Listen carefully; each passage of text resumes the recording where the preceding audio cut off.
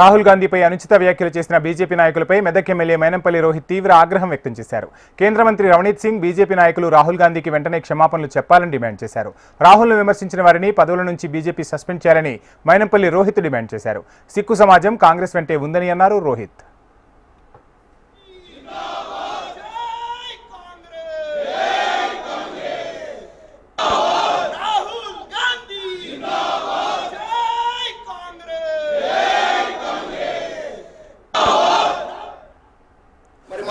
నాయకుడు రాహుల్ గాంధీ గారి మీద మరి కేంద్ర మంత్రి రవనీత్ సింగ్ బిట్టు గారు, అదేవిధంగా మాజీ శాసనసభ్యులు తార్విందర్ సింగ్ మార్వా గారు మరి ఏదైతే మాట్లాడినారో దాన్ని మేము తీవ్రంగా ఖండిస్తూ ఉన్నాం. మేము ఇవాళ ఒకటే చెప్తా ఉన్నాం, రాహుల్ గాంధీ గారంటే ఒక ప్రజల గొంతుక, రాహుల్ గాంధీ గారంటే ఒక జననాయకుడు, రాహుల్ గాంధీ గారంటే ప్రజల గొంతుక, పార్లమెంట్ లో వినిపించే ఒక నాయకుడు అని చెప్పి తెలియజేసుకుంటా ఉన్నాం.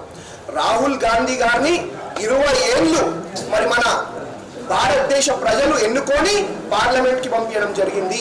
వీళ్ళు ఏమంటారు, రాహుల్ గాంధీ అంట భారతీయుడు కాదంట, రాహుల్ గాంధీ అంట టెర్రరిస్ట్ అంట. అంటే వాళ్ళు ఏం మాట్లాడుతూ ఉన్నారు? మరి వీళ్ళని తక్షణమే మరి బీజేపీ పార్టీ నుంచి సస్పెండ్ చేసి మరి కేంద్ర మంత్రిగా మరి వారిని బర్తరఫ్ చేయాలని చెప్పి మరి మేము విజ్ఞప్తి చేస్తూ ఉన్నాం. అదేవిధంగా మరి వాళ్ళ గాంధీ కుటుంబం గురించి మాట్లాడే ముందు అంటే వీళ్ళకి మాట్లాడే ఒక నైతిక హక్కు ఉన్నదా అని అడుగుతా ఉన్నా. గాంధీ కుటుంబం అంటే ఎప్పుడు కూడా దేశం కోసం ప్రాణాలు అర్పించిన చరిత్ర వాళ్ళది, దేశం కోసం మరి కష్టపడిన చరిత్ర వాళ్ళది.